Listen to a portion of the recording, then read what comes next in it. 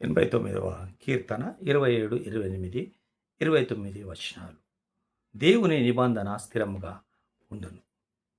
కావున నేను అతని నా జ్యేష్ఠ కుమారునిగా చేయుదును. భూరాజుల్లో అత్యున్నతుడిగా నుంచెదను. నా కృప నిత్యం అతనికి తోడుగా నుండజేసేదను. నా నిబంధన అతడు స్థిరముగా నుండును. దేవుని యొక్క నిబంధన. దేవుని యొక్క నిబంధన అస్థిరమైనది కాదు, అది స్థిరమైన నిబంధన. అందుకే దేవుడే మాట్లాడుతున్నాడు. రాజు విషయంలో నేను జ్యేష్ఠ కుమారునిగా చేయుదును.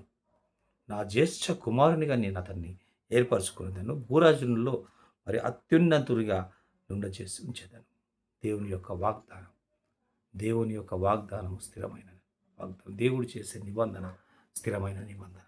మనం కూడా మరి మన ఎడల దేవుడు అనేక సార్లు నిబంధన చేసే దేవుడుగానే ఉంటాడు.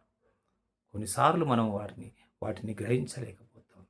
దేవుడు తన వాక్యం ద్వారా మనతో మాట్లాడుతుంటాడు. మరి దేవుడు చేసే నిబంధన స్థిరమైన నిబంధనగా మనం గుర్తిరిగి ముందుకు సాగుటకు, విశ్వాసంతో మన జీవితాలు కొనసాగుటకు దేవుడు తన కృపను మనకు అనుగ్రహించి మనల్ని నడిపించును గాక. ఆమేన్.